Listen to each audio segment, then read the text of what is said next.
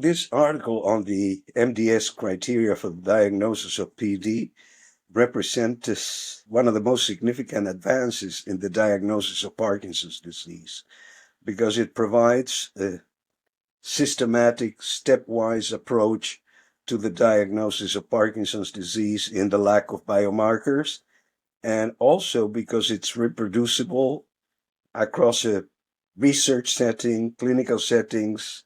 It can be used worldwide. And also another important feature of this criteria is that even though it was based or it was built upon previous guidelines that existed for the diagnosis of PD, it incorporated a very novel thing, which is the presence of non-motor symptoms as anchor points for the diagnosis of Parkinson's disease. If we use it properly, it's one of the best tools we have for the diagnosis of PD.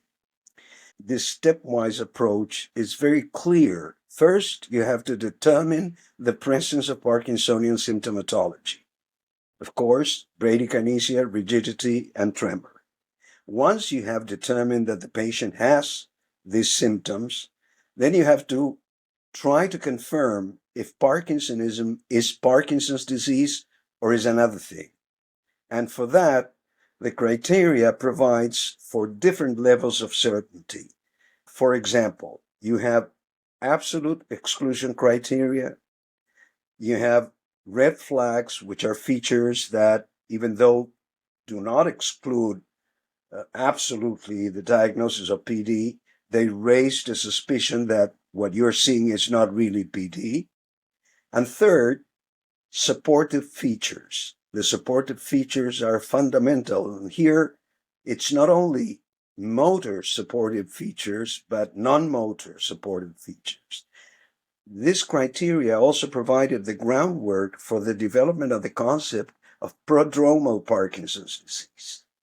Now, we can say that a person that has REM behavior disorder, olfactory loss, depression, anxiety, constipation, may be in the prodromal phases of the disease.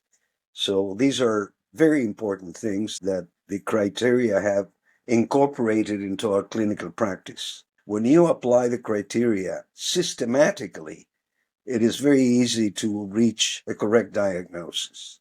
So what I recommend to all the people working in the field, and even those that are not expert in movement disorders, is that they should reread every time they see a patient, reread the criteria and apply it systematically.